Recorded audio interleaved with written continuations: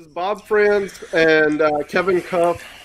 I know them because of some of their interviews with other podcasts and stuff like that.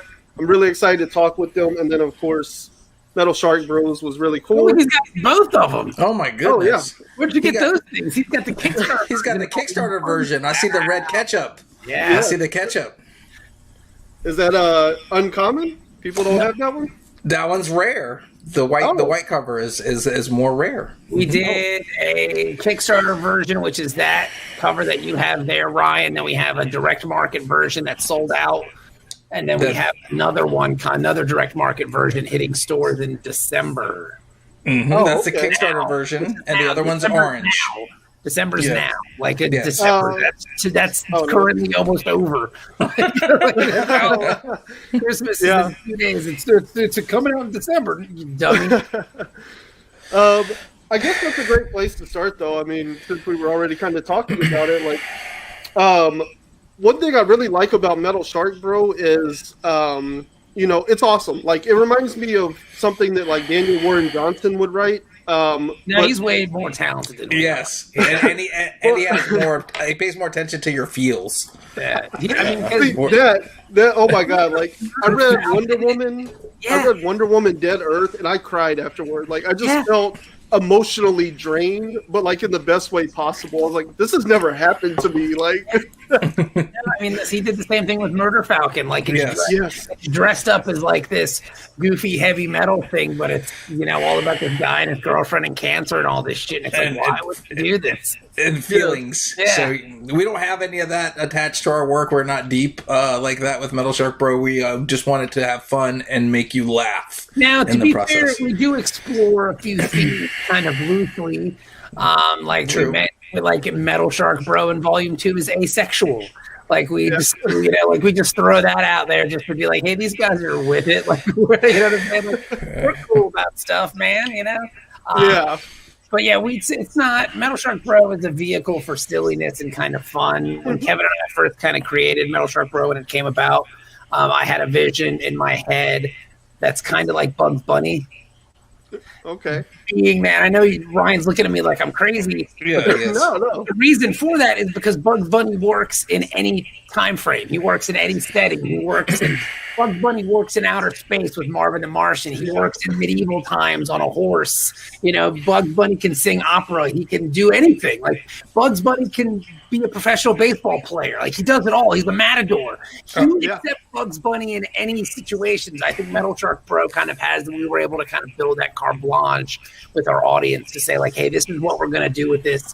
We're going to do whatever we want, and hopefully you guys will come along for the ride. And they have, so it's been very exciting. Yes. Yeah. I mean, I think that's like the awesome thing about it is, he travels so much. Like, he climbs a mountain and fights a goat, and he goes to hell, and he's in the belly, and like, there's like the Thor Ragnarok kind of scene there, where he's like in the pit in the Colosseum kind of setting. Is like, there's so many different settings he's in, but he never feels out of place despite being a shark on land. So he's already out of place, I guess that's kind of why it works, Well, I mean, it also works too because Kevin and I weren't afraid, like I said, to kind of push the boundaries, because for us it was just kind of like, okay, if you buy into the first premise of the book, which is very simple, a guy who worships Satan gets eaten by a shark, and Satan's nephew turns the shark into a shark bro. If you buy that premise, yes, you're good. And whatever else we sell you during the book, you're going to be like, okay, it's easy. It's an easy sell. The hardest sell is in the first 5 pages of the book, and then after that, Like, Ryan, you're not going to get to the end of issue 3 and go, this is preposterous. This is bullshit. You're not going to do that. This is implausible garbage. I'm done with this.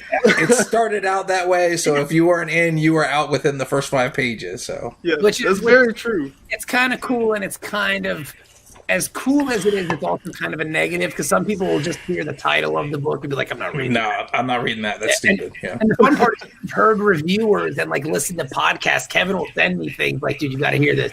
And it will be people who want to bang on about how bad this book is. And then eventually they just kind of like, it breaks them. And they're just like, I can't not like it. Like, it's impossible not to enjoy. And Yeah. and as writers and as a creative team, all four of us, we kind of take a real joy in that. Yeah. That we won. Like, it was a battle. It was a battle of attrition, and we were able to kind of make you tap out. We put you in the sharpshooter, and you just couldn't stand it anymore. You tapped out, baby. Yeah, I mean, The best there was, the best there ever will be. Like Bret Hart. yeah, I mean that's kind of a thing with me. Like I hate whenever you watch a movie or read a comic or something, and like Act 3 they introduce something completely random, you know, and it's like no, like your first act needs to set up this world and let me know what I can expect within reason.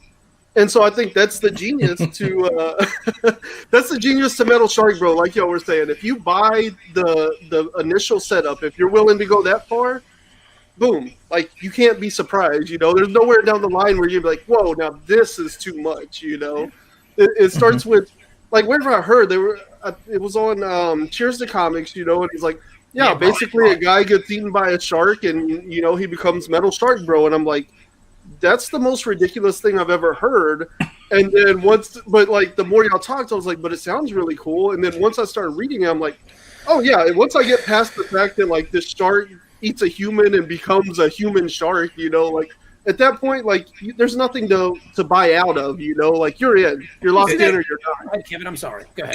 Yeah, it's not like the Demon Donuts at the end of the issue are going to really shock you at that point. Like you're like, I think people stay on for the ride because they're not sure where the heck we're going to go with it. So, and I think a lot of times we weren't sure what we were going to do with it, but a lot of times it was just us writing stupid scenes to see who could come up with the stupidest crap, and what would fly. Like will this amount of stupidity fly?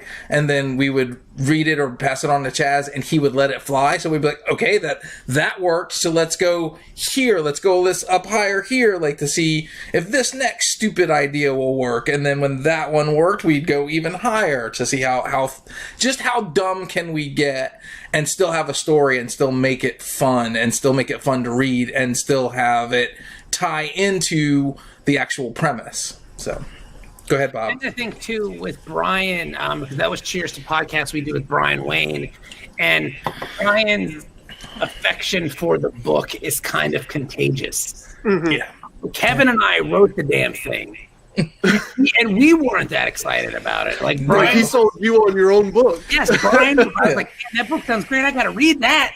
Like Brian was fired up about that book, and that's the thing about Metal Shark, bro. It's the people who are really in. Like we were at Heroes a couple of years ago before the plague, and it was when we were selling Volume 1, and this fine gentleman walked by the table, and he was wearing like a Slayer shirt or something. And I was like, that dude will buy the book, watch. And I called him over to the table, and he came over to the table and sold it on the book instantly. It was like, hey, man, I believe the pitch was, hey, you like Satan? He's like, I do. And so we told him about the book, and he bought it. The next day, he came back to the show. This was Sunday. He came right over to our table and was like, dude, that thing was amazing. Like, do you have anything else? Like, do you have any more? I need to read more of this. And that's a lot of the vibe that we get. We just listen to this podcast, these fine Brits. It's called Polar Pass. I throw more props to people on my fucking interviews than myself. It's ridiculous. But we were listening to this podcast, and they were even like, I didn't know if I would be into this. I didn't want to like this, but I do, and I want more of it, and that's like perfect. That's exactly what we're going for. And it was awesome to hear two like very polite British people discussing our book, which is definitely not for polite British tea conversations. It was super funny, like in a weird way, to hear them discuss it, because like the lady on the show was like, and he's like, there's a part where there's two birds and they're on a tree, and like the original dialogue was something like, do you know that's Metal Shark, bro? He's a badass motherfucking servant of Satan. Like that's the original line of dialogue, but it gets bleeped out from the way we did the curse words in the book, because we were very over the top at first when we did it, and to hear her go, she's like, oh yes, that's Metal Shark, bro. Avoid him. It's just so polite and a nicer way of putting it that like it made me. Proper, and it's just such a crass book, you know. It can be. It was meant to be weirdly that way with the jokes, because a lot of the jokes we write were meant to be just, she said she was being assaulted by jokes, which is also funny, because we try to do that when we write jokes together. It's more like we're not sure which jokes are going to land, because we're not there reading the book with you. It's not like stand-up comedy or something where you throw a joke out and you see the audience reaction. We're not sure if we're going to hit with that joke or miss, so we got to hit you with another joke on the same page, and then another one to make sure if we miss the first one, we're going to get you before you get off the page with at least a laugh. Well, it's very dangerous to kind of write a whole page joke. Like, you have to just kind of keep going. And there's different kinds of jokes. There is like the punchline setup thing. There's like the conversational kind of witty, like Woody Allen, kind of Quentin Tarantino, Kevin Smith, snappy dialogue kind of jokes. There's observational humor. There's puns. And Metal Shark Bro, there's a lot of puns. At first, not so much by design, but then we just kept doing it because it was entertaining us. We were entertained by it. So I mean, at some point, you kind of have to entertain yourself during the process of it, and it just worked out really well, man. Like, we've been really lucky. We've gotten a lot of support on the book. We've done 2 Kickstarters. Metal Shark Bro 1 and 2, we funded $25,000 for on Kickstarter. We did over the quarantine. We did Ninja Nuns, which was a spinoff from Volume 1 and Volume 2. We funded that for $6,000. So I mean, like, we've been able to kind of keep the momentum going, which is really, really fun as a storyteller, because you can kind of, like I said earlier, you can kind of do anything you want to do. There's really no limits. And if there are limits, it's ones you're putting on yourself. So Kevin and I, and that's the kind of the cool part about being a team and working with the same editor on the 3 books that we've done, is we all kind of know the material so well, Chaz being the editor, Kevin and myself, that like we can tell each other, no, push that farther, go further with that, try again, let's try again, so it's kind of fun, Well, let me ask you, like, why a partnership? Why have 2 people writing as a team? Like, how did y'all get together and decide y'all are going to write this as a team, and what's the benefit to that versus like just soloing it all the way through? Basically, the way we kind of met was through a mutual friend. We're both friends with an artist, Drew Moss, and great. He's awesome. We were at a con together. The 3 of us were at a con in Pennsylvania, and it was like a terrible experience for everyone involved. It was one of those cons that would go down in history. It's probably still the worst con that we've ever done together. And that's like how many years later now? 5 years later or so? It was at least 5 years later. Yeah, so I mean, it's still the worst con we've ever done together. But we still had fun because the 3 of us got to be there together and make jokes and have a good time. So the way we got together was we spent that weekend together. I didn't really know Bob that well before that, and he didn't know me that well. And it was a lot of joking, a lot of being silly, and we have the same sense of humor, and we took well to one another's jokes and ball busting and stuff like that. So I think when we got back from the con, he shot me an email and said, "Hey, what are you working on right now?" And I was like, "I'm not working on anything." And he's like, "Yeah, me neither. You want to just do something?" So we did this book that you can find in Comixology called The Elvis Adventures. So we wrote that together. And it was kind of what would be considered, I guess, the precursor to what we do in Metal Shark Bro. And we wrote that one together just to see if we could jive together, and basically it was a lot of the same sort of thing. It's a ridiculous story about aliens trying to take over the Earth, and they go to Elvis because they believe he's the king of Earth, not the king of rock and roll. He thwarts them. It's a one joke book, but the joke is pretty good. It's like Kevin said, the alien that gets lost in translation, they think he's the king of the world, but he's only the king of rock and roll. Yeah. So it's a one joke book, but it's a good joke, and we managed to make 32 pages out of one joke. Yeah, that's pretty impressive. Yeah. And so he saves Earth with kung fu, a samurai sword named after his mama, and fireworks and a purple Cadillac. Don't forget the roller skates. And roller skates. That's right. You're right. So there's.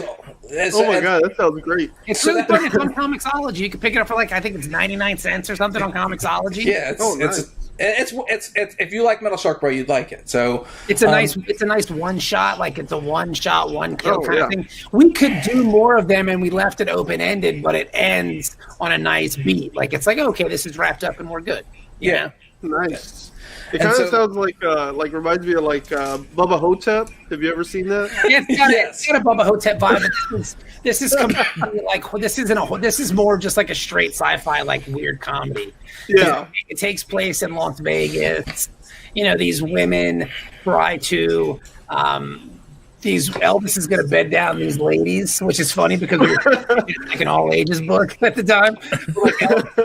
It's implied that Elvis is going to bed down these women, you understand? And the women take off their skin and they're these like weird bug alien things. Yeah.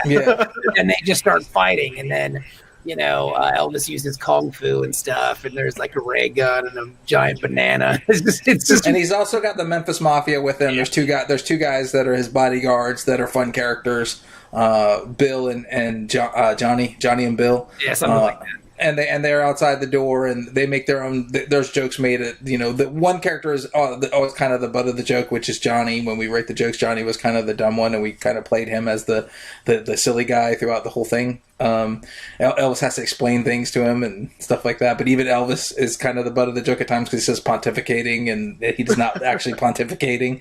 So there's things like that, which was a lot of fun to do. We had a lot of fun doing that. And so we figured that we had fun doing that. So we started doing more stuff together. And the more stuff we did together, the more fun we were having with our writing because we were doing it separately. So the more fun we were actually having, so why not have more fun? And the easier the work became because instead of having to slog out 24 pages, I might have to slog out 12, and then I just write him an email that says hot tag, and he's got to do 12. Or we usually do it in 4s or something like that, so no one's slogging anything out. But that's how it goes. There's even sometimes where like Kevin may have like a hot idea, and he's like, I just want to run this out, and he'll just go as far as he goes. And like we both know where we're going and what we're doing. So it's kind of like Kevin's just going to run an idea out as far as he can take it, as far as he wants to go. That I've got a cool idea for a scene, and he'll bang out a scene, or I got an idea for an opening, and he'll do an opening, and then we just kind of go from there, So what is the process? I assume y'all kind of like outline together and then like, hey, you write these couple pages and I'll write these and then I mean, you just basically described it. Like we'll kind of get together, we'll powwow about an idea. Kevin will shoot me a text, be like, hey, well, I got this idea, and then we'll talk about it on the phone, and then we'll kind of hammer out an outline, and then we'll just start doing pages because there are a lot of writers that may not work from a hard outline, and it's not like a specific like A, B, C kind of outline, but it is very much, like a free-flowing kind of trail because there are two people writing it, so we need to know where we're going. Yeah. And sometimes it's looser than that. It just depends. We might have just a basic idea what we're trying to do, and we might start the script and like let it dictate to us where we're going to go with it, but we still tag in and out on the script through like Google Documents or whatever, and like whenever he stops, I can see what he's done in the previous pages and try to imitate that, so you don't know that there's two writers on the book. The whole idea is you don't know where one of us stops or when the other one begins. We try for every time to do that, and I think we're pretty... I think we've gotten pretty good at that part of it at this point, because we're good at mimicking each other's style at this point. Yeah. So, well, whoever's dictating the book tonally at that point will take lead, and they take point, and then the other one dictates how the rest of the book goes. Because we did that, and then there's another story we just did for Top Cow where I think I was point. I started it, and then Bobby came in and did some things with it. So he just imitated what I started on. So yeah, we tend to do that with each other. So you don't know who's doing what. And some of the stuff will even be as easy as like with the Top Cow thing. Kevin, 8 pages? I think it was 8. Yeah. Yeah, and you basically wrote 8 pages, and then I just went over it and did kind of like a read through, changed some dialogue, maybe here and there, maybe kind of raised a question or two. Well, what about this? What about that? And then we just kind of punch up. Yeah, we just kind of go from there, and that's been pretty effective too in some of. I think you rewrote 3 of them or something like that. It was something where we were that, but that's just we do whatever's required to help get the book done. So whatever. Yeah, Kevin will do the first draft. We'll get notes from our editor, and then I'll come back in and do the rewrite or vice versa. But I mean, it's just because, like I said, there's 2 of us, so we might as well see what we can kind of tackle, and it helps in promotion when we're doing these giant ass Kickstarters, man. Like we're trying to make $24,000 on Kickstarter. That's a lot of work for 2 people to do. Yeah. So it's nice that we can kind of split the load It's nice that we can split costs with artists and letterers and things of that nature and colorists. So it's beneficial in many ways, and it's fun. Kevin comes from if I can speak about Kevin, he comes from a music background. Oh, okay. Kevin was in a very popular band for a very long time, toured the country with many big bands, right, Kevin? You played many rock and roll shows. I played a lot of rock and roll shows in 12 years, yeah. So, yeah. And then Bobby was a radio DJ for what, 10 years? Yeah. So we understand the idea of collaboration to its core. If you're writing a song, I've never written a song, so I'll let Kevin speak to that. But I mean, when you're doing a radio show with 3 other people, it's not important whose idea it is. It's important about the final product and what you put out. And as long as you've kind of moved together and you've made the best thing that you can collectively, that's what's important. It was never about my idea, your idea. And it's never about, that's my joke, Kevin, on page 6. They have a good laugh. Who gives a fuck? Because at the end of the day, we're just trying to make a good book. Yeah. So. That's I listen, or I guess I pay attention a lot to Dan Harmon, because Community's amazing. I love Rick and Morty, and that's something that I hear a lot in the podcast and stuff, is they talk about they have a writer's room, and some of those episodes are written collaboratively by the team, but there's other times where Dan Harmon will just disappear for a day and he'll come back with a full episode script and then drop it off at the writer's room, and they might punch it up and stuff, but essentially he wrote the whole episode, and every episode and everything kind of flows differently. It depends on where the idea comes and who really takes off with it. But at the end of the day, it's a single episode, and that's all they want is we want to make the best episode possible between this team, What kind of animosity would you have if Kevin and I were oh man, everybody that was my idea and everybody liked my book and you're just fucking riding coattails, bro. You wouldn't want to work in that kind of bullshit environment. You wouldn't even be here if it wasn't for me. It's all no one would want to work in a group setting like that. Yeah. It would be awful. So we try to keep it copacetic. We try to keep it peaceful and get the work done. To quote Bobby the Brain Heenan and make a wrestling reference at the same time, neither one of us is trying to put the other one through a plate glass window, or neither one of us is trying to escape through a plate glass window. We're just trying to make the best of what we can do, and that's really all we can.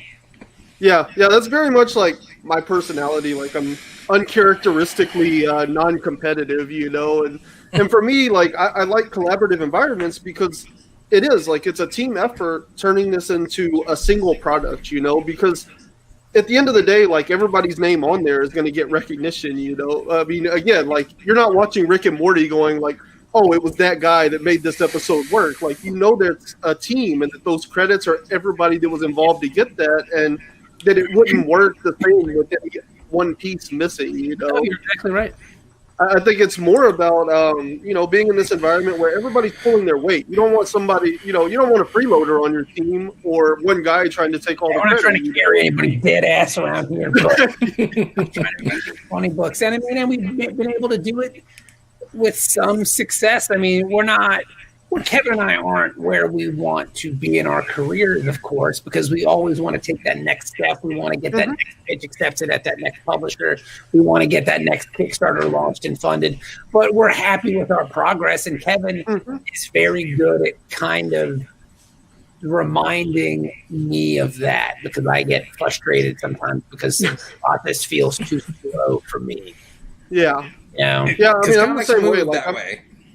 Yeah. I'm always competing with myself. I don't care about everybody else. I want to compete with myself, and that simply means I need to be better than I was yesterday. And, I'm always trying to do new things, but it also feels like that progress is so slow, and, somebody will call me out on social media hey, I've been seeing what you're doing and, you're doing great things with your stuff or what. And it just reminds me to stop and breathe and look back at how much I really have accomplished, because everything feels so incremental in the moment. But then whenever somebody calls me out and I look back, I'm like, you know what? Yeah, look what I was doing 3 months ago. I have gotten better, and it's always important to keep that in perspective.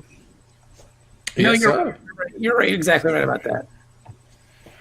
So, like Metal Shark Bro is clearly a hit, you know, like I know so many people online that absolutely love it and stuff. You said you have some stuff with Top Cow and everything, but you know, like it sounds like you are growing and growing and growing, but why was Metal Shark Bro a Kickstarter project? Was that a choice on your part, or was it something like publishers were like, I don't know, dude, like this is too crazy, we can't run with this? It's the second one mostly. We were told it wouldn't sell, and we're both kind of stubborn with that. Like, we thought the idea was good, so when we think something's good, we're both gonna kind of be like, well, fuck that, like it is good, like we can prove that it's good. And when they were like, oh, we don't know how to market this, or there's no market for this, I can't remember exactly what was said. It was something along those lines. Yeah. And I didn't buy that. Like, that felt like a throwaway bullshit line, and that's cool if that's what they tell every person, but not when we can prove you wrong. So I was dead set at that point that now we are going to prove you wrong, that we are going to market the hell out of this, and this is going to be something because you decided to tell us that it wasn't marketable when we feel like it clearly is. Like, and if we feel like it has appeal, we feel like it can do things. It's got legs, it's moving, so let's try and do what we can with it. And the Kickstarter just proved that, because we were basically two nobodies trying to kickstart like at a Kickstarter level that was way above. We were punching way above our weight, trying to fund at that level. But that's what we needed to do. We needed to fund at that level to make sure the book could get made. So we found ways to make it happen. We were doing all kinds of crazy things to make that thing fun. I was drinking hot sauce. Bobby was doing like I was doing stupid human tricks. I was drinking ghost pepper hot sauce online for if you upped your pledge by $50. Like I would say, okay, like I'd pour the shot of hot sauce, and I'd say, okay, this, and I'd show the bottle, I'd pour it on the screen, like, so you can see me pour the hot sauce shot, and then I'd say, okay, I'm going to drink this for whoever can convince their friend to pledge for $50. Like, you know, you get somebody to pledge for $50. I'm on this live stream. I'm going to sit here and I'm going to drink this hot sauce shot for the next person that pledges $50. So people would go tell their friends to go pledge $50 because they want to see this idiot drink a shot of hot sauce. So because we were using Facebook Live.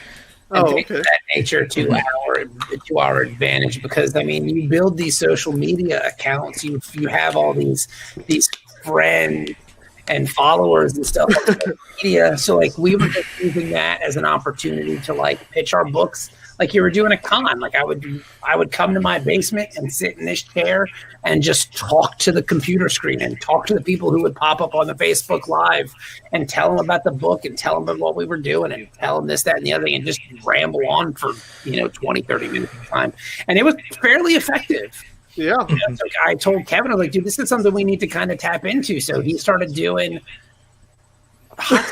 you were like, I'm talking to people, you need to get involved, and he was like, okay, well, I'm gonna one up you on that, then I'm gonna drink hot sauce. It was more like I didn't have 20 minutes worth of conversation. I did if the problem with Facebook Live is no one really talks back to you. That's the issue that I have with it, because I can have a conversation, but I can't just talk for 20 minutes straight. But Bob can, so like that's his like his. I was gonna say, isn't that like a radio DJ skill? Yeah. So it's his superpower. He can do that. So I was like, well, what can I do? I can drink ridiculous. I can eat or consume ridiculously hot things. And he did.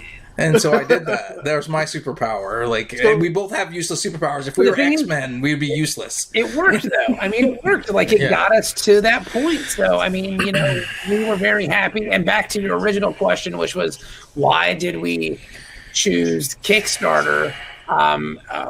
Because we believed in the book, and Walter believed in the book. Walter Osley, who's super talented and so amazing and such a good guy, and he's such a great artist. So we were just like, okay, let's Kickstarter. How much do you think it would cost to do it? Well, if we do it issue by issue, it'll cost this. And Kevin because Kevin is very bombastic in his personality, he just sometimes it's almost to the point of my frustration. Like I'm doing laundry a couple days ago, and Kevin's like, "Yeah, we could be working for Marvel in like a year or two. And I'm like, you're out of your fucking mind. Like, we can't get somebody to email us back about a pitch. And he's like, it'll work out. But so he very much has that kind of glass half full mentality. Yeah. And he, you know, Walter, how much would it cost to do this book? And Walter kind of did the math, the numbers guy like that. And he was like, probably around like 22, 24. And Kevin was like, fuck it, let's just do it. And when he said it, like my stomach started to hurt and like my asshole puckered up. And I just kind of like, oh God, $24,000 on Kickstarter sounds awful. And Kevin was like, fuck it, man, let's just do it. Like, what's the worst that could happen? I guess the worst that happened was Kevin drank hot sauce. Yeah. So we just did it. You know, it was the longest month of my life. It was very stressful. So, do y'all remember the numbers on it? You said what? 24,000 was your goal. $24,666. Yep. Wow. We remember that. Yeah. Well, 666. That's perfect for Metal Shark, bro. Yeah, that's the 666 was kind of like just a roundup for funsies. Yeah. Now. But I mean, yeah, we did it. We funded, and then it was awesome. And then we got them. People were so supportive of the book, and we did so many podcasts. And you know, artists were just sending us images of the character because it was just something that was so fun and dynamic and looked so different. I mean, it's a giant shark with a human body playing a guitar. You know, like such a fun image. And you know, we were just getting like, this is awesome. Here, I want to take this piece that I did for you. And it's like, Jesus, this is amazing. And we did it, man. And we made the book, and it was a really great feeling when that funded and when we got to hold the book in our hands for the first time. And like, it was beautiful, man. We set out to accomplish something, and we did it. I tell you, like, these feel so premium, you know, like. I have like other trades and stuff, but these feel really nice. Like they're very well done. All the pages even feel nicer than some of the other trades I've picked up. You know, like. Well, that's because when we went to the printer, we was like, "Hey, look, we want really nice stuff for Ryan," and he's like, "I got you, fam," and then he just did it. That's how it worked out. Yeah, that's exactly what we said. We were like, Ryan needs to have premium pages in the book, and like it needs to be like. Next level, like we can't go with them regular pages. And I was like, I thought this was really nice too. I was like, oh man, this is awesome. Like, what is this? You rule, and I think the other one says like thanks or something. Enjoy. Yeah, just stupid stuff. But like, yeah, the printer was like, man, fuck Ryan. And we're like, nah, son, that's our man's man. He needs shit. He's got sensitive fingers, Jack. That shit, that crappy paper will just run right off his hands, baby. So we did it for you, Ryan. We did it for you. Yeah, but I mean, was that something that y'all focus on? Is like the quality of the book once it's finally put together, or y'all just focused on writing? The book, like the design and stuff, that's all Walter and Chaz. Like, yeah, we don't have a lot to do with that. We come up with stupid ideas, like, hey, what if we tried this? And then we get laughed out of the chat because they're inconceivable. But one of the ideas that we did have was that Walter did a picture of Metal Shark Bro in like a pot of gold towards the end of the last Kickstarter, and he's got his hands up in the air. And Chaz was like, oh, we should get Walter to draw something with like Metal Shark Bro holding the books. And I was like, I got it. And I gave him that image. And so that was my idea. Like, hey, Metal Shark Bro's holding these books in a pot of gold. Like, hey, these books are coming out. You should get them. We put it on social media. We should probably share that a few more times, Kev. Yeah. But like, but that's the thing, man. So like, it's a collaborative effort down to the very core of it. I mean, granted, there's some things that Kevin and I can't do because we're just not capable. I can't use Photoshop. Yeah, we don't have the design skills or the lettering skills to letter our own books. So we always thank Chaz for being the awesome letterer that he is, because I don't think he gets enough credit for that role in the book because he does both the editing and the lettering. So it's not just one or the other. He does both. So he has to read our stupid dialogue numerous times. But I mean, you know, at the same time too, the man, he's happy to be a part of it because it's a wild ride. Like, we're just trying to make this book and make it happy, you know, and make it good for everybody, and it seems to be working. So yeah, fuck it, right? So what is your script like? Are y'all like focused a lot on like dialogue? Do y'all do a lot of panel descriptions, or is it like pretty loose for the artist? It depends on the book, because like Metal Shark Bro is more of like a fun, wild thrill ride compared to some other stuff that we do. We have some other ideas coming down the pipeline where they're all kind of different than Metal Shark Bro. They're not in like the same vein. Like they're not. Some of them aren't humor. Some of them are sci-fi. So like it's going to be a little bit different than Metal Shark Bro. Or some of them are like I would say kind of like weird B-movie horror or something like that. Where it's going to be funny, but like in a like Evil Dead kind of way, like in that kind of vein. So it's going to be different for every story. So our scripts are usually loose panel description wise because we don't want to step too much on the artist's toes. We want to give them enough direction to do the art correctly and to be able to fix it in thumbnails if there's a problem. But we don't like they're part of it. Yeah, and we want them to have their input too, like because there's no point in collaborating with us on a script if you're not bringing ideas to the table too, because we want the artist's ideas to come into the book because we want everybody to put their best foot forward to make the project better. And I can't imagine it being an artist too. I didn't mean to cut you off, Kevin, but no, you're good. But I can't imagine telling someone like, yeah, you're a part of the team, and then handing them a script and then be like, draw this exactly or else. Like, what kind of bullshit is that? And the thing is too, Walter's got his own ideas. He's a very talented writer. He's got his own ideas for beats and things like that. So we just kind of accept all ideas. Again, it just kind of goes with the mentality of we're just trying to make the best thing possible. And you don't do that with a creative dictatorship. You do that with input where everyone feels like their input is valued and involved. And especially with Metal Shark Bro, because Walter's an owner of it and his name is on it. So he's going to want it to be as good as it can be, you know? So that's a nice part of it as well. It just depends, like we were saying, it just depends on the script because everything's different.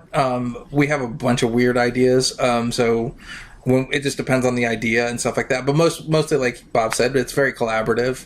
If the artist has an idea from the script, we throw that in there. We try and work it in. And with Walter, too, we've worked with him for 2 trades. Right. We've done, over 200 pages of comics with Walter. So there's kind of like a good shorthand where we understand what we want. But if it's a newer artist or someone that we haven't worked with before, we'll kind of, it's always the conversation first starts off with, well, hey, what do you want to draw? What do you want to add to the story? Like, it's not just our idea because, again, we don't want to find an artist or talk to somebody and be like, hey, what do you like to draw? I like to draw dragons and elves and shit. Cool, here's a spy thriller that takes place in like 1970s London. Like, because that book is going to be torturous for them. So what we want to do is like, okay, if that's what you like to draw, that's what you enjoy, that's what you feel like you're best at, let's play to everyone's strengths. Yeah. And sometimes we build the story around what they said that they wanted to draw. We'll get like a few things, a little list together. This person said, we want to work with this artist. This artist says they want to draw this. What ideas, we'll call each other on the phone. And I'll say, what ideas do you have about this? This person said they want to draw this. And he said, okay, what about, and then we start throwing ideas back until we come up with a story for that person to draw because we want to work with that person. Or sometimes we just have an idea and we go, who would crush this? X, and we reach out to X and X says, oh yeah, that's awesome, and then we just kind of go from there because we have enough equity built up in the comics community where people know that we're going to get shit done, that we are going to promote that shit that we are going to do, and that we can, that we're gonna, if it goes to Kickstarter, we're gonna work our ass off to make sure we get funded.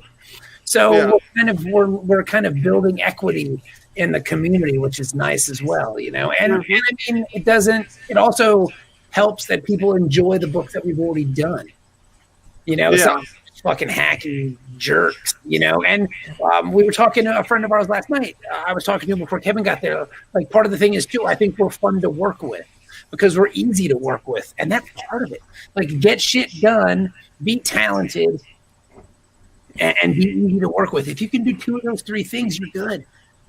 And so Kevin and I can do like 1.5 each.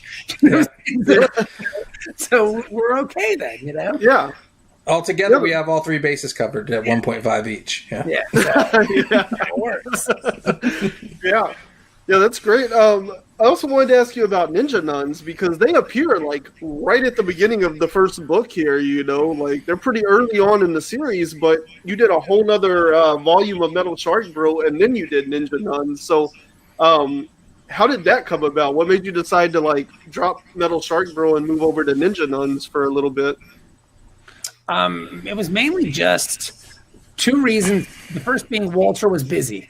He's doing a webtoon right now called Ghost Bats that you should check out. It's really good. Walter's, like I said, man, Walter's a super talented guy. We can't put Walter over enough. Like he's a good dude. He's a good dude to work with. He's sneaky funny. Like you wouldn't look at Walter and go like, that guy's hilarious. But Walter's really funny. And he dresses like Metal Shark, bro. Like he loves fucking purple and shit. Like he's like, he dresses like fucking 1960s Batman and shit. But like Walter's an amazing dude, but he's got his own shit going on too. So he was doing this Ghost Bat thing, so we couldn't really get into Metal Shark Bro 3. Kevin and I had some pitches that we wanted to work on, that we were working on with some other artists, but the pandemic hit and everything shut down. Like the whole fucking world stopped, as you there. So Kevin and I just decided, as the resident of the planet. Yes, exactly.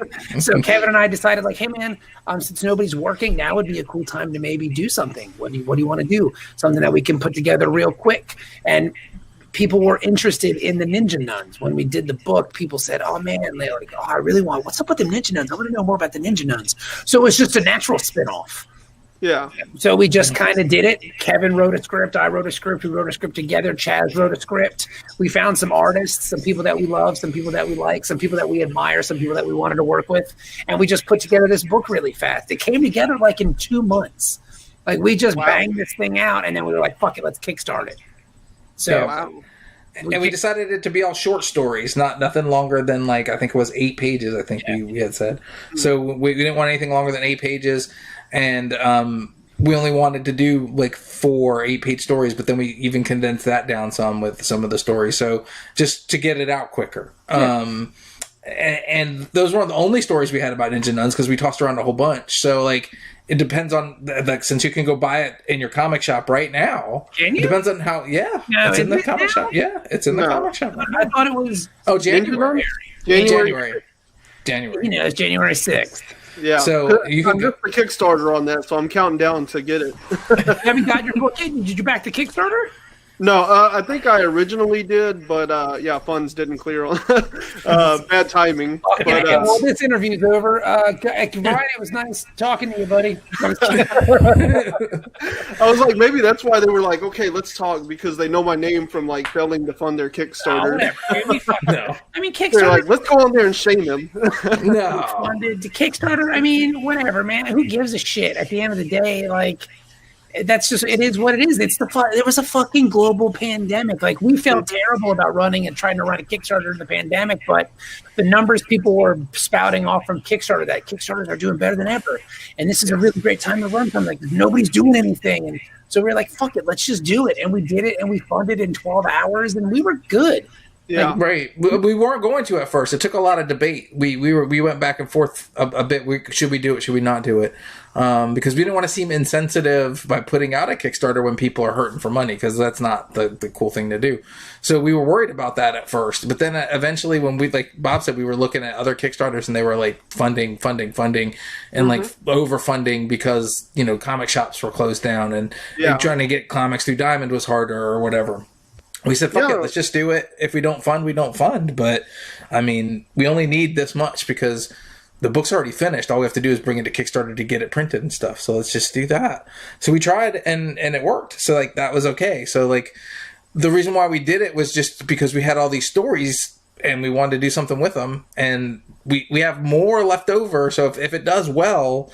if sales are there, well, we would do another one, I would imagine, in a few months, maybe next year. Yeah. Depending on how it does. People, Kickstarters and, they really took off, like self-publishing and stuff, whenever Diamond shut everything down, and so I see what you mean, like you're concerned about like taking money from people when they're hurting for it, but that really exploded, and I think it really opened a lot of eyes to the Diamond monopoly and like what Kickstarter and self-funding can be these days. So like, is that something that y'all are interested in continuing doing, or do y'all plan to stick with traditional publishers as long as that's a path that's open for you? It's interesting because we were talking about this last night with our friend and very talented writer Jason McNamara, who's a good dude. He's got a book called Nocturnal Commissions. Jason's a good dude, and Kickstarter is a really wonderful tool because as a creator, if you are kind of told no by a traditional publisher, you can just do it anyway. I mean, that's what we did. Like, publishers told us no. Like, no, we don't think this will work. So we said, okay, cool. So there's no more gatekeeper. Yeah. You know? And then even if you kickstart something and you don't fund, then you just amend your Kickstarter and come back and try again. You know what I'm saying? Maybe you bit off more than you can chew. So maybe you kind of dial stuff back and try again. So at this point for us, I mean, I can't see why we wouldn't use Kickstarter again. It just kind of makes sense. Mm-hmm. Yeah, I feel like it's a great system that, like you said, it gives you that freedom, you know, because even like you were talking about Metal Shark, bro, they were like, no way that'll work, you know, like we couldn't make enough money to justify it. So you took it to Kickstarter, you know, and I think that's what makes Kickstarter so cool is like there is no gatekeeper now. And you see like Scout is like, hey, look what's going on here. Like we don't need to guard our content. We just need to be honest in advertising so people know what they're getting when they buy it, you know. But there are like these publishers that, you know, they have a certain image they need to maintain, and so they're like, I don't know, like this might be too over the top for us, you know. But Kickstarter gives you that freedom. It lets you do whatever you want. As long as you can find an audience to support it, you can make it, you know. Mm-hmm. And for us, basically, we like Bob said, we're doing pitches right at this particular time. So we're trying to put together smaller project pitches to pitch to publishers to see if we can land, you know, some more published work. And if that doesn't work, then those end up on Kickstarter too, because we want to do the projects. It's just how we get to do them is all up to. That's what's up to the gatekeepers, not whether or not we get to do them. So it's kind of changed. Where you get to do them, or how long they can be, because you know a book from a publisher we might do that one for like 120 pages because we've got more room to tell the story and we can let it breathe and have more moments. But for something we'll have to do ourselves, we might cut all the fat off of it, just package the story down to be more concise, and which is always a good idea anyway. But to do that and make it a smaller book. You know? Yeah, because right now, I've got Pulp over here by Ed Brubaker and Sean Phillips. That's 70 pages. I just for Christmas I'm getting Dracula Motherfucker by Alexis DeCampi and Erica Henderson, which is 70 pages. So like, why not try to do like 70-page novellas? Like, and just especially if it's something that you're going to have to crowdfund, as opposed to doing the 96-page, 120-page book that we would have to pay for through contributions through Kickstarter. If it could be something smaller that we could cut the price, you know, maybe a third or half, why not? You know, it's 14,000 seems more attainable to me than 24, even though we've done 24 on separate occasions. 14 sounds like, 14. That's not terrible. It sounds awful. I'm sure it's going to suck if we have to do it, but once you know the work that goes into 24, it's not so hard asking for 14. You know? I mean, it's still hard. It's still a grind, dude. I mean, no doubt. Even we were worried about the 6. We were worried about that. So I mean, for 3.5, and even that was like, ooh, is that too much? You think that's too much? But I mean, we were able to work it out. So it's all good, baby. It's all good. So, like, how do you? I mean, I think you said you have a numbers guy that kind of comes up with it, but what are you looking at whenever you do your Kickstarter goal? What goes into coming up with that number? I assume making all the cost and everything, but how do you calculate like page rates and everything? Because I'm assuming you guys don't like have a written down page rate for a book you're writing yourself to put on Kickstarter. Are you talking about page rates for us or page rate for the artist or both? Or I mean, any and all. Like, I guess like what is the numbers game on a Kickstarter that you're looking at? Well, I mean, the page rate is going to be something that we negotiate with talent. Mm-hmm. that's going to be something that, they're going to have a number in mind, and we're going to kind of yay or nay, and if we can't make that work, and we really want to work with that artist, we'll figure something out. And a lot of the time people will negotiate with you, especially if you're cool. You know what I'm saying? Like, I know that sounds really dumb, but if you're, if you can work on things like that, and then you get kind of, okay, you got 100 pages at X amount, so it's going to cost this much to produce it. Shipping is going to cost around this. At some point, you're just kind of ballparking shipping and printing. What printing costs because you've been in the business and you've printed your own books independently. So you kind of have an idea about what a print run is going to cost. Okay, if we get 500 books at X amount of dollars per copy, it's going to cost this. And then you just kind of put all those numbers together, and that's what you run with on Kickstarter.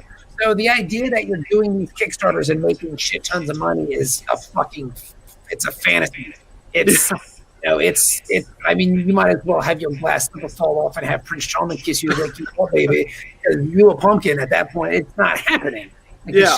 You're making this amount to produce your book. Kevin and I's payment for Metal Shark Bro via the Kickstarter was the book. And what we do is we go to shows and we turn into carnival barkers and snake oil salesmen and fucking, carnival barkers. And that's what we do. Like, we sell the book that way, and that's how we make our money on it. So for us, it's the back end thing. Pro wrestling managers is what we turn into. But it's awesome though, because what do we get out of it? We get a 120-page book with our name on it that we're proud of, and like, hey, we accomplished this. This is something as a team we all accomplished, and we get to go out and we get to sell this book to people, and people dig it. So that's even better, Yeah.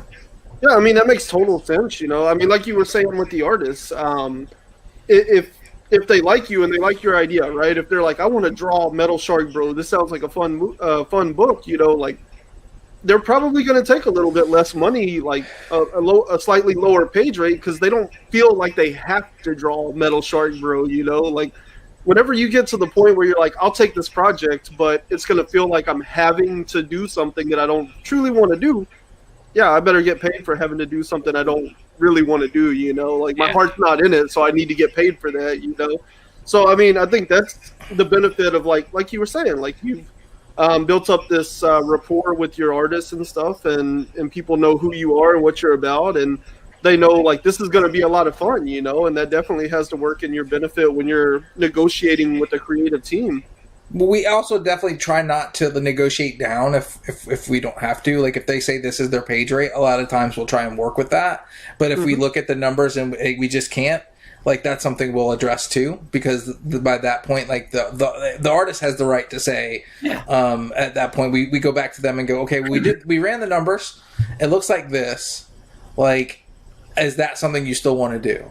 And if that is, that means your page rate will be this. Yeah, we've never tried to, like, halvesies anybody. Like, I want 100. Well, we'll do it for 50 or nothing. It's very much like, okay, cool, we'll make it work. And a lot of times, that's what'll happen. It'll be like, if it's somebody that we really want to work with, and then we'll just try to make it work as best we can.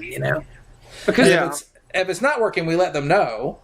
And then let them decide what they want to do, because it might be that we just can't work with them right now, but we put a tab on it for the future. Like, we'll try and something when we are able to pay that amount, we'll work with you on something else.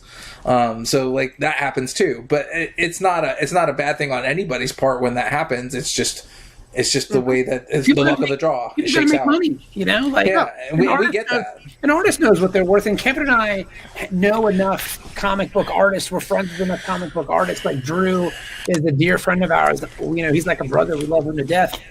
I know what he does. Kevin knows what he does. Kevin and I can write 10 pages of dialogue in a day. We can write 10 pages of comics in a day. An artist has to live with the page for a day, for 2 days if they're inking it. Like, this is something that's very much, this is their job. Like, that's what they're doing right now. You can't draw 3 comics at once. Kevin and I could write 3 at once. Yeah. So we understand that their time is valuable. We break it down, oh man, this guy wants $150 a page. It takes him 10 hours to draw a page. That's only $15 an hour. Like that's, that's you can make the same money working at Target, but they because this is what they believe in. This is their passion. This is where their life is. So it's like it's the least you can do. Yeah. Yeah. Well, and you said something interesting about Ninja Nuns too. You said y'all pretty much turned that around in like 2 months. So I guess I know it kind of varies with everything, obviously, but like, what's the turnaround time from like inception of the idea to like actually getting it at least out into a book?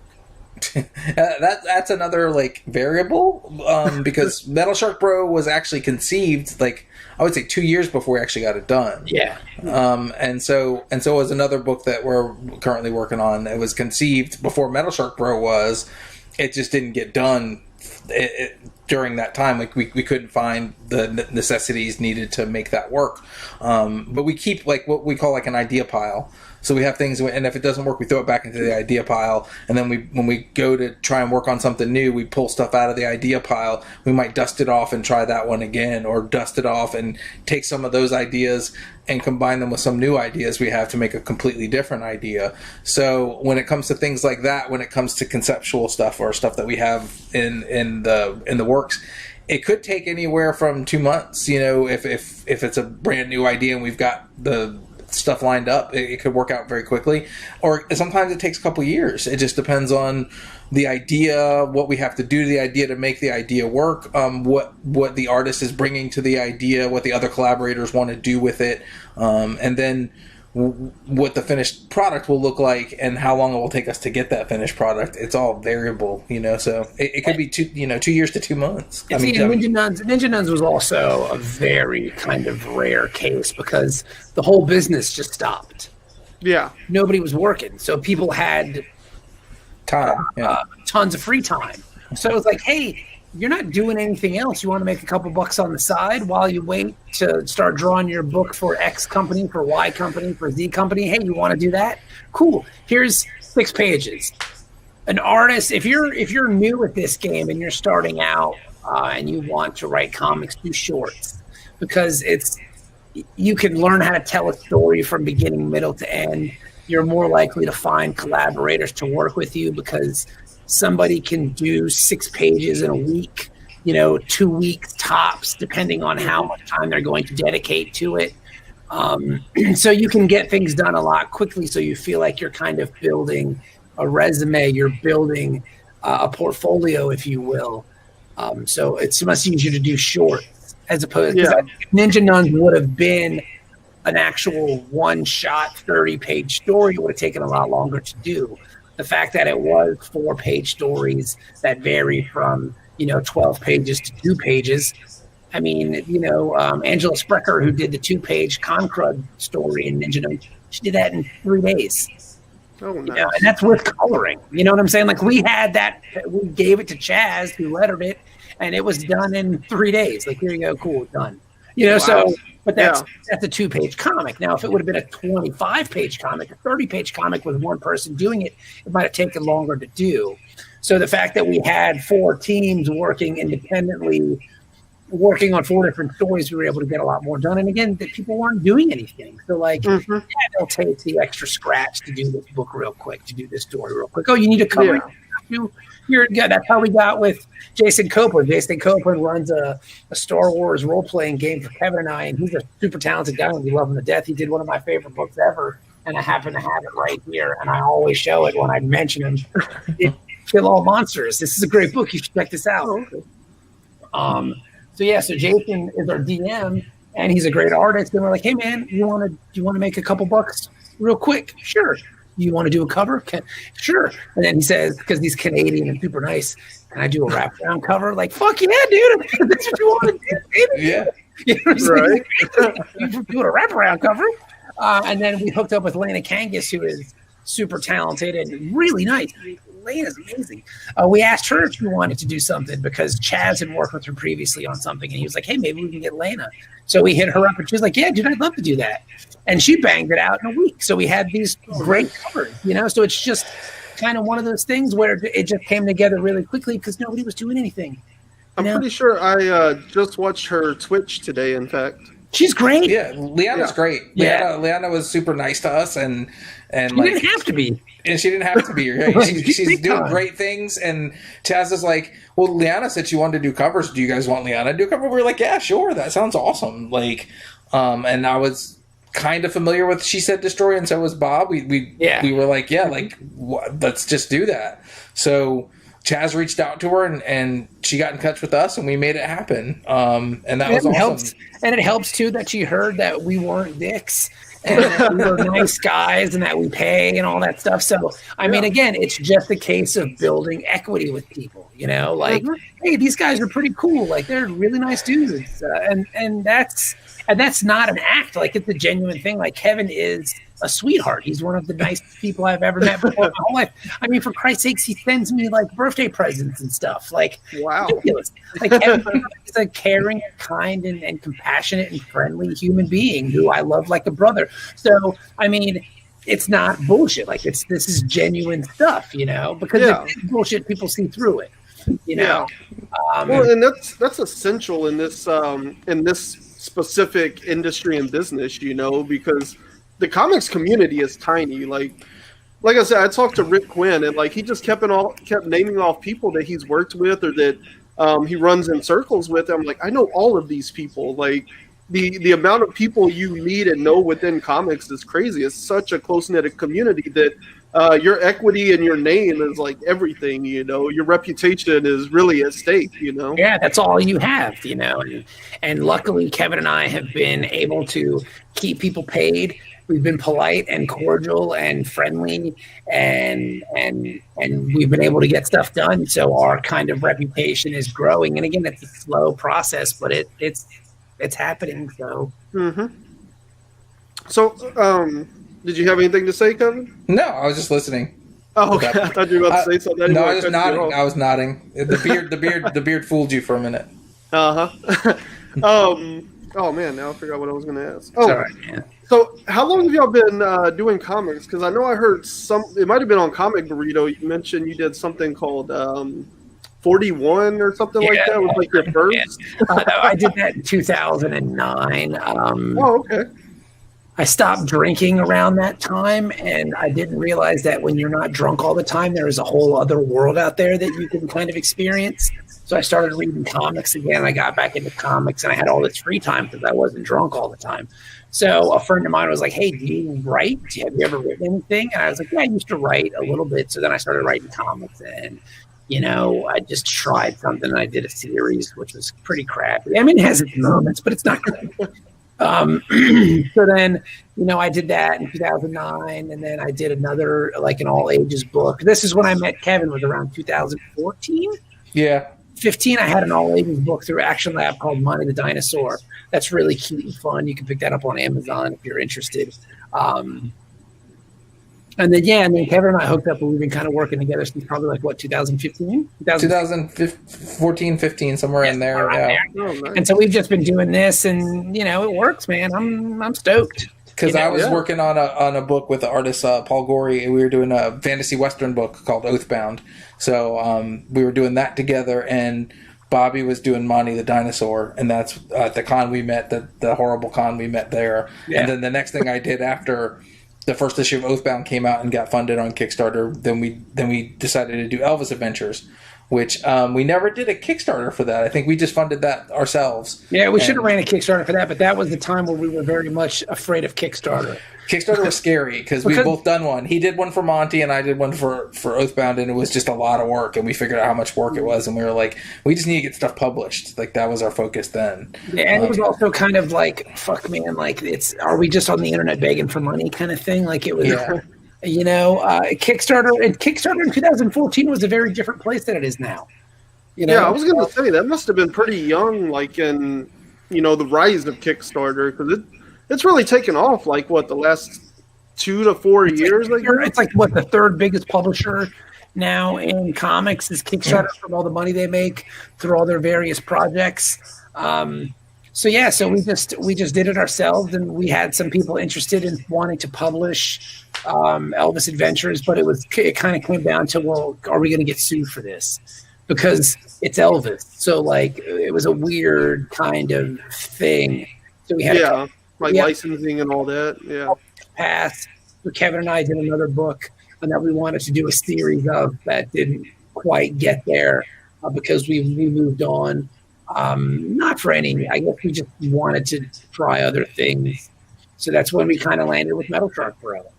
And Metal Shark Bro, I think we invented Metal Shark Bro, 2016? 16 or so, yeah, because that's about the time we were doing Full Moon Fredo. Yeah, because that was Pep Guardiola's first season at Manchester City, and I remember getting drawings from the first artist at the bar when I was watching the match, and I was so excited about him, and that was New Year's Day. Yep, that's right. That was 2015 go to 2016. We had this book. I mean, it was in the pot that long. It just took that long to make because comics takes a long fucking time sometimes. Mm-hmm.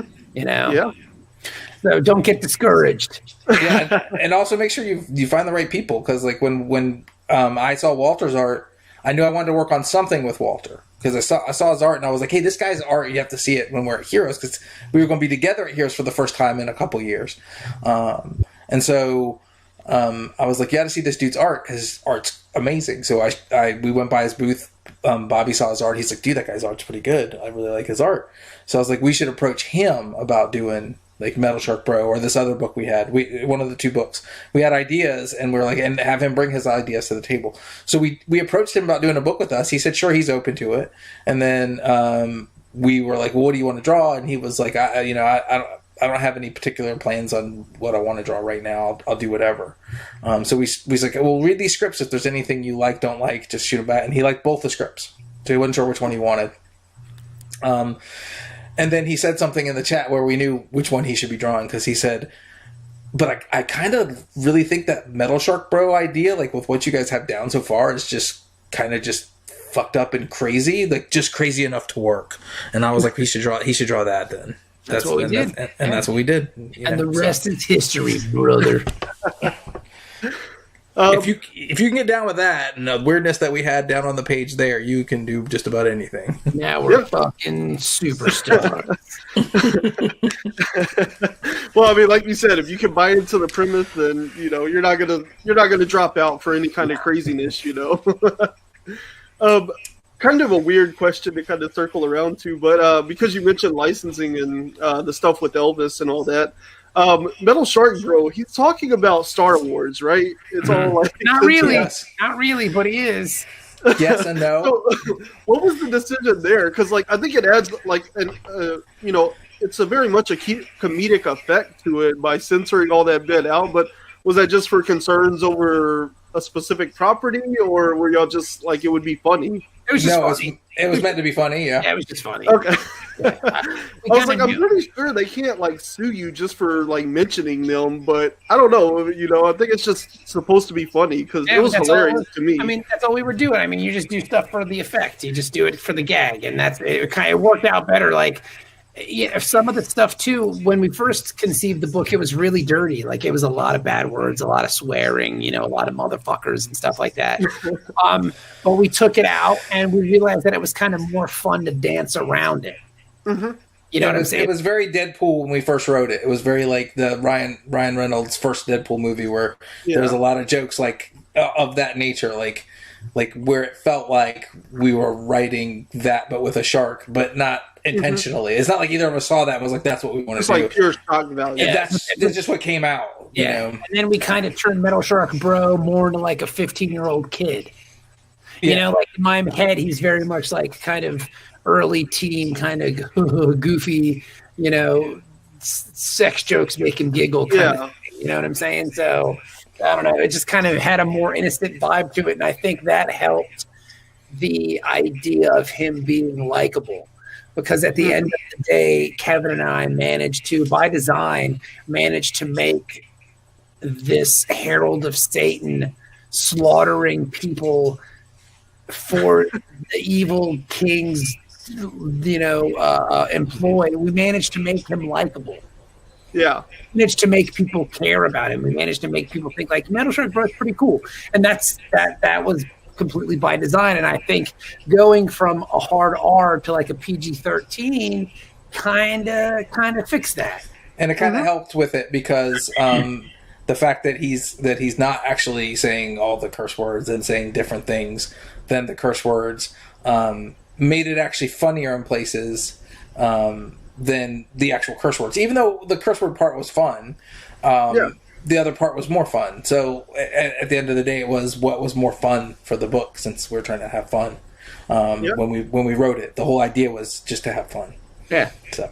Well, I mean, it kind of reminds me of like the old horror adage, you know, everything's scarier in the viewer's head than what you could ever put there, you know, and I feel like that kind of works in Metal Shark Bro too. Like sometimes the things that you don't say make it that much funnier, you know, because it's just like implied, you know, but it's not there, and then I guess like that abstract concept is funnier than the actual thing, you know. No, you're right. Yeah, it's kind of like it's like you said, like with good horror, like sometimes it's the suspense leading up to the moment as opposed to the moment itself, where sometimes dancing around, you know, saying motherfucker is more fun. You know what I mean?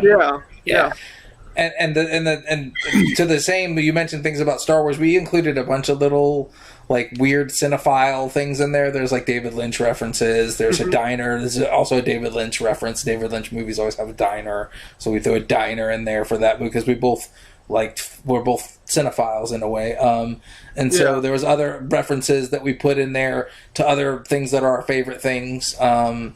There's a bunch of stuff in the dragon's gut when they're in the dragon's belly to look. If you look around, like all the backgrounds, you'll find different and various things from your childhood that I don't want to mention, just to get you to go look for them too. Yeah. Oh yeah. I spent a lot of time on that page, just like every little thing within the piles. I was like, this is like a great background scene, you know. That was the idea behind that. Like, what has this thing eaten before? Like, you know, there's weird things back there. So, like, I always tell people look at that page, and then jokes that we made that people thought were throwaway. We knew we were going to get mileage out of them. We try to get as much mileage out of a joke as we possibly can, because we never know what exactly we're going to do with it. But we know that none of the jokes are like quote unquote throwaway jokes. So when we do the jokes, like, what if we go back to this joke here, or what if we do in Metal Shark Bro 2? What if we do like a Cheech and Chong joke? Like, what if we imply that Ira is stoned, but without showing him get stoned, we just imply that he's stoned because it's funnier to imply that he's doing drugs. So like, it keeps it that PG-13, which is more like fun, and all the implications that go with it, and all the other cool tropes we get to play with, and making fun of, parodying in Metal Shark Bro is always been fun for us. Yeah, I mean, one of my favorite scenes also was the diner scene, like you were talking about. You know, one, it makes Metal Shark Bro kind of likable because he just killed all these people, right? But then he still leaves a tip because somebody has to clean this up, you know? It's just like, and that's just like, and I can't believe I just popped at my own joke. But I mean, that's kind of the point. It's like, at the end of the day, you still have to be a decent human being. You know, you still have to be a decent herald of Satan. And at the end of the day, that Metal Shark Bro is still a decent creature. You know? Yeah, and then in that same scene, you also get the thing about... I laughed at my own joke. What a dick. It's a good joke. And then in that same scene, you also get Ira whenever he eats, and you like do like a back shot and don't actually show that either, you know? And again, alluding to something that's better if you don't actually see it, you know? He's just like, how do you do that? Aren't you just an eyeball, you know? So I thought that was a really great scene. Like that one and the dragon scene, like in that first book, those are probably my two favorite scenes because there's just so much going on, but there's like a ton of characterization in there, you know? And then like everything in the dragon's belly leads up to them just like blowing up the dragon, and they just like, I bet we look real badass right now. Like, that got me out like that. There's not a lot of times, even in a comedy comic, you know, that I laugh out loud. But when they're walking away from the explosion, you're just like, I bet we look badass right now. Like, that got me. My wife was like, what are you reading? Well, I mean, because that's the idea of playing into the tropes. I mean, where Kevin and I are a year apart. He was born December 20th. I was born December 19th. We're a year apart. He was born in 76. I was born in 77. So we're very much kids of the action movie era where like people walk away slowly from explosions. You know, I mean, so much so that fucking Mace and Puffy were doing it in like videos in the 90s and shit, you know? So like, you know, they're very much, I guess, children of that era. So like, why not poke fun at it? You know, like we, in Metal Shark Bro 2, we had them talking about workshopping their jokes, like their quips when they're fighting the rock people. Like, well, maybe you can test that out at like the Chuckle Hut with your girlfriend. Like, to me, that's a fun scene too, because it just kind of adds nuanced layers to it, because there are things that happen in comics that only happen in comics, you know? And if you try to cut those things out, like people saying snappy things during fights. I haven't been in a fight since I was 14 years old, but I wasn't like trying to get jokes and gags in as I was fighting. Yeah, nobody says anything. Yeah. That only happens in comics, and it's even to the point where when you try to take that out of comics, people go, there needs to be dialogue here. It happens Kevin and I try to write silent fights all the time, and somebody's always like, why aren't they saying anything? It's like, because that's just what the audience has been conditioned to. So the idea that you're kind of workshopping jokes as they go was kind of fun to me, you know? Yeah, now that you say it, there's only one silent fight I can think of ever reading in a comic, and that was Firepower number 2. They come into his house at night, and he gets into a fight with basically a bunch of ninjas, and the whole like first 3/4 of that book is just one long fight scene at night in his house, and his family's all asleep, and he doesn't speak pretty much the whole time. Like, it's all silent, but that's, I mean, credit to the artist there, Chris Samney. Like, to pull that off is just incredible, you know. But there really aren't a lot of silent fight scenes, because it would get kind of awkward, you know, that they're not saying anything, but you're having to watch it, you know. I think it works a lot in movies because there's like sound effects and everything, you know.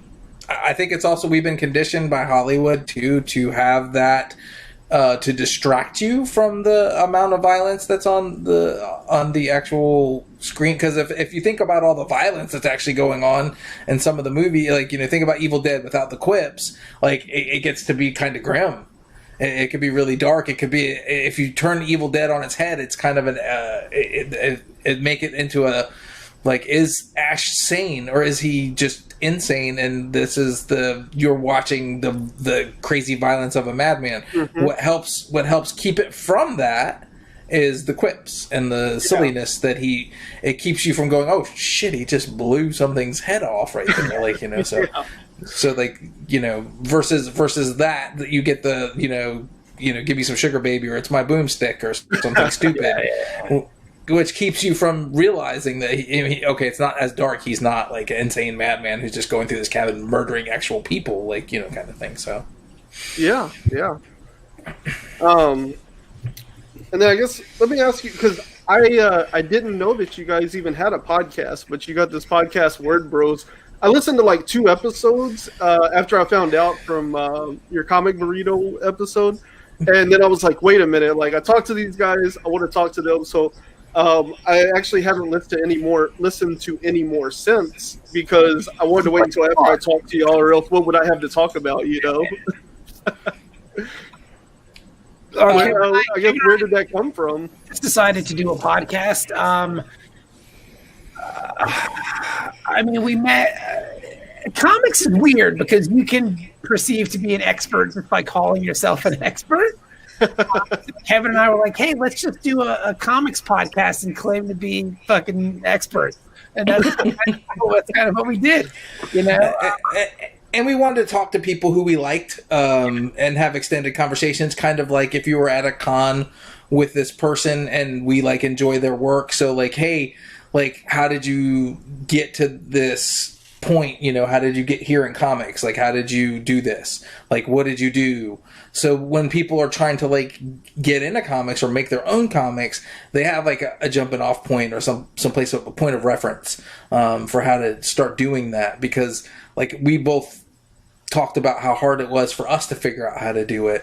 So hopefully people coming up and actually listen to that won't have as hard a time as we did, and will have ideas as to how to do it, how to make it happen for themselves. And some of it too, I think, as well as you get to meet the creators behind these characters. Like, I think comics is very much an artist and a writer kind of medium where people follow creators on books. Like, you'll go, oh, I'm going to read that book because so-and-so is doing it. Or I'm going to read this book because so-and-so is doing it. So let's talk to so-and-so to find out what they're all about. Because I think if a listener can make a connection with the creator, then they're more likely to support and back their stuff. And there are people that understand that and get that very much, that you're building relationships, even at a con. Like when Kevin and I, when we used to do cons, like we're there to sell things. Yes, we're there to network. Yes, we're also there to kind of build relationships with people. Like there's times where people will just come up to the table and we'll see them all weekend because you see the same fucking people and you're sitting in the same spot and it's like a goddamn cartoon. So people walk by and you say like, hey, nice shirt, like they're wearing a baseball hat. Oh, you like that team? That's kind of cool. And they come over and they talk to you for a minute and you engage them in just a regular human conversation. You're not pitching them a book. You're not trying, hey, you should buy my book. It's fucking great. And you really dig it, but you're just having a conversation with a human being about human things, like, oh, you got a baseball cap on. You're a Cubs fan? Oh, that's cool. How long you been a Cubs fan? Where are you from? Oh, that's awesome. Oh, I see you got a wedding ring on. You married or you got kids, boss? So you just kind of build this relationship. And they might not buy anything from you then, but they go, hey, that person seemed pretty cool. So then they come back around the next day or 4 hours later, and you just kind of you're building rapport, you're building relationships. Dude, it's not the end of the world if you don't oh man, I'm sorry, I don't have any more money. I don't care. I enjoyed talking to you. I enjoyed the interaction. I enjoyed the conversation. Yeah. So let's just kind of go from there. And I think that's what Word Bros is for me, is just let's enjoy each other. Let's enjoy the conversation. Let's see where this takes us. Let's let people meet you as opposed to, oh, you write Batman? Oh, I fucking love Batman. Oh, you that one issue and then you turn into Chris Farley from that SNL bit. Let's just meet the person who's writing Batman. Let's meet not that we've ever had a Batman writer on, for God's sake. I mean, that would be awesome. But let's talk to Ed Brisson about his Baja that he wears in his studio. Let's talk to Ram V about the coffee shop he goes to. And the kind of ice cream he likes. Yeah, because it's things you wouldn't get, like, if you were talking to him at the table, because no, you're not going to ask about ice cream. You're going to tell him about the comics you love, and he's going to tell you about the comics he loves. We want to go a little deeper than that. We want to be a little more get into the person behind the comic, because in truth, if you're buying the comic for the person, like, that you're supporting, the creator that you're supporting, like, you should know about them, especially indie creators, because you're trying an IP that no one's ever fucking heard of before. So you're very much buying the creator. Yeah. Then that's kind of and that's all we just want to do, man. It's just have fun. It's just, they're very much kind of the thesis of our existence is let's just have fun. We're not here for a long time. Let's just make sure we're having a good time. Yeah. And I think that mentality has always kind of played itself in all the work I've ever done, whether it's, radio or comics or raising my kids. It's like, I don't know how long I'm going to be on this planet, but I'm going to have fun and I'm going to make sure other people enjoy themselves as well when they're with me. And that's all we do, Yeah. Yeah, I mean, I guess I'm a little more on you and stuff like that. But like, well, that's great. I mean, I'm a little more self-serving than you guys, but that's kind of why I do this, is because, like, I find myself, I want to create comics, and so that's something I'm slowly inching toward. And so my thing was, like, I see people like you, I'm like, they've made a comic book, like, they know what they're doing. So we don't. What I want to do is, We know what we're doing. I mean, sometimes I feel like we don't know what we're doing because we're just fucking spinning our wheels. But I mean, we know what we're doing. We've gotten this far. Fuck, dude. We funded, $50,000 worth of Metal Shark Bro Kickstarters. Like, we know what we're doing. Sometimes, like I said, it doesn't fucking feel like we know what we're doing. Yeah, I was playing around. Go ahead, man. I'm sorry. I didn't mean to interrupt you. No. I'm tired of that self-deprecating shit, Kevin. You're hotness. Throw your rollies in the sky, son. I'm working for Marvel in like 2 years, right? Yeah, Or Kevin's 6 months or whatever. 2 years, Kevin. Yeah. What are you talking about? When you see our name on Power Man and Iron Fist, don't be shocked. Yeah, I'm that just would be kidding. awesome.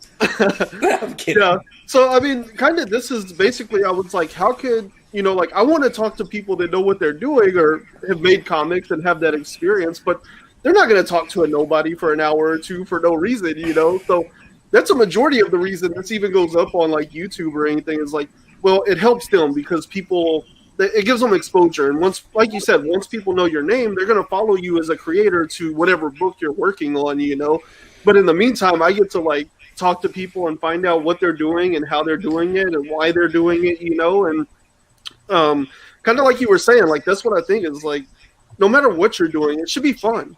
Yeah. Like, it shouldn't be miserable, or else why do you want to do it in the first place, And so that's what all this is just like me having fun talking to people that obviously have similar interests, Like, I walk into pre-pandemic, I walked into the comic shop, dude, I would spend like 2 hours on a Wednesday just standing there talking to everybody, And now that we have this pandemic, it's like so much harder to communicate with people in that same way, And fortunately, our internet infrastructure is strong enough that we can do it like this now. But, you lose a lot of that. And so that's what I was looking for, was like, how can I talk to people and have them interested in talking to me? And so that's kind of how all this came about. So, I think it is kind of self-serving, but at the same time, it's like, I just want to have fun with people and talk to cool people. And so I heard you guys on Cheers to Comics. I mean, that was probably, a year and a half ago?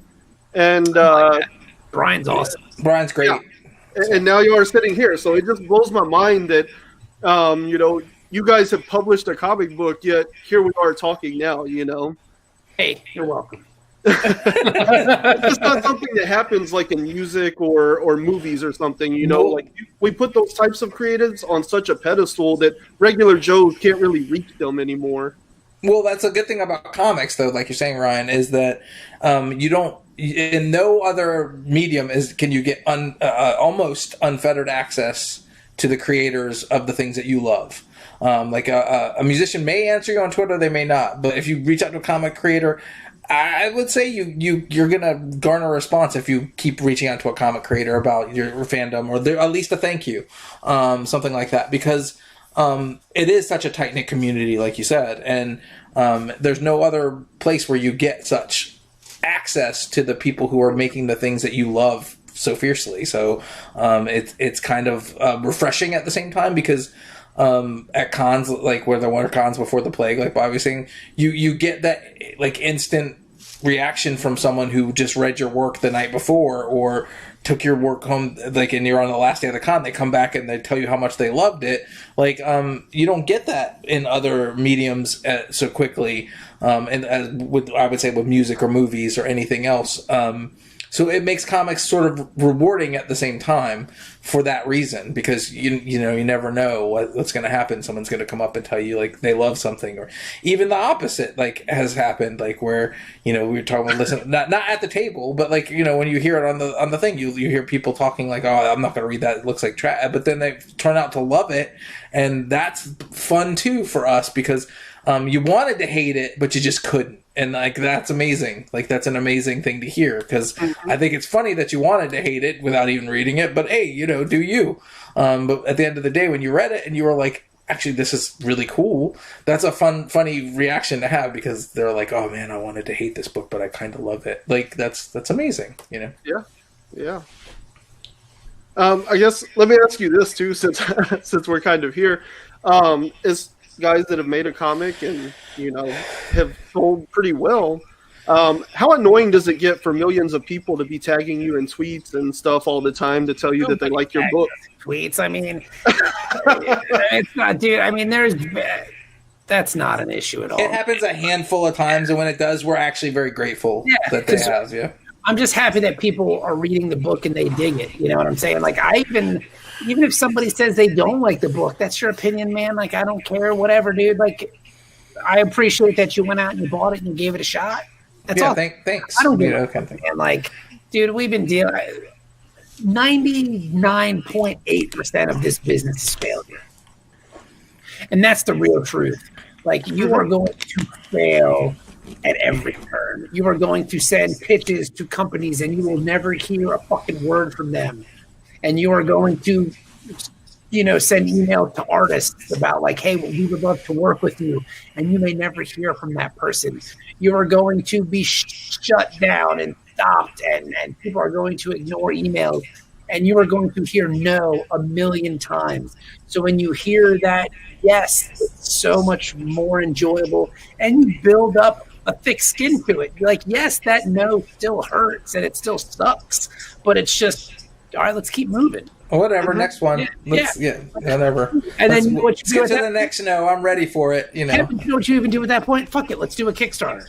Yeah, I mean, you know what I'm saying? And then hot sauce. Yeah, and then you can let's make fucking lemonade, baby. And then you go to Kickstarter, and then you can find your audience, and then you can still try to do what you want to do. So that's the cool part about it, man. Like, nothing is ever finalized. Like, nothing is ever dead and buried. You can always try to take that next step, whether it's like, okay, cool, they don't like this pitch. Hey, fuck, let's do a webcomic. Let's fund it ourselves. Let's do this. And you just keep moving. And that's all it is. It's just a matter of keep moving, keep learning, keep growing as a creator, Yeah.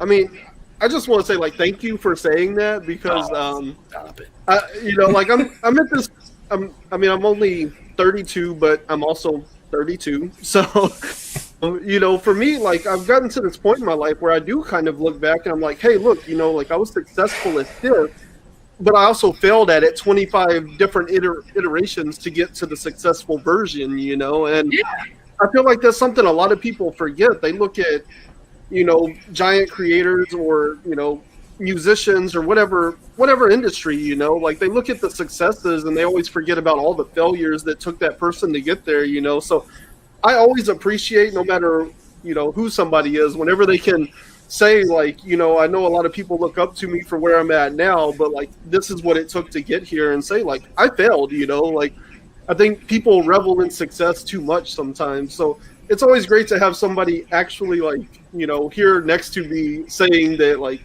failure is an option to get where you're going. I mean, I'm sure, Kevin, you've had the same conversation with your kids. Like, I tell my kids, the worst thing you can do is not try.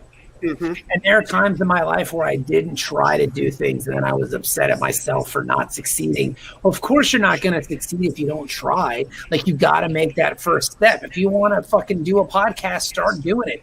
And if you have 4 listeners, then pay you. That's awesome. Keep going. It takes time, man. It takes time to build an audience and for you to make your mark. But I mean, if you give up, you're not going to get anything done. And I can't speak for you, Kevin, but I can speak for myself. I don't think I'd be happy if I wasn't writing. No, I don't think I'd be happy if I wasn't doing comics either, because we have so much fun doing it, and like I get to work with Bob. He's great. Like, it's great to talk to him all the time. It's great to hear his ideas, and like I don't know what I would be doing if I didn't get to talk to Bob every day. It's a part of my day, I look forward to it. And I was telling my wife too, like, I may never work for Marvel Comics. I may never work for DC Comics. I may never work for Dark Horse Comics. Comics may just be like a glorified hobby for me. But my dad fucking played golf, and he wasn't going to the PGA, but he enjoyed it and he had a good time. Maybe I am a hobby comic creator. But you know what, man? I mean, as long as I can tell the stories that I want to tell, and I can make the books that I want to make with the people that I want to make them with, then I'm satisfied. That's all that matters, because I think that's something we both settled off on when we first wanted to do comics together. We both were like, I'd love to work for Marvel Comics, so would he. We would both love to do it. It would be great. It's a dream. But if we don't get there, I'm not going to be sad, because I still got to do cool shit with my friend. Yeah. So, And I mean, and you also kind of have to look at it too.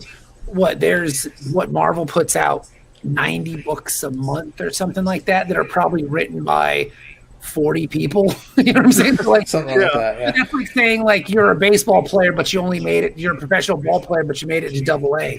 Still made it to Double-A. You made it a lot further. Not everybody's going to make it to the major leagues, man. But you know what? You played a game. You got a hit. You know what I'm saying? You fucking won a steak. And like you got your hit. And you got to play ball for a little while. And you got to enjoy yourself. The odds are against you. There's just not enough spots, you know? Yeah. You know, and I mean, there are people like you, Ryan, and I'm not saying this in a disparaging way, that want to make comics and they look at Kevin and I and go, man, I wish we could be there. Like, I wish we could be there. And that's kind of the whole weird tier system of comics. Like, wherever you are on the ladder, there's somebody above you. Unless you're like Scott Schneider or Donnie Cates, and you're just like, you know, Greg Capullo, where you're the fucking cock of the top. Yeah. The heap. But I mean, there's always somewhere to go. There's always something else to do, and you just got to keep working.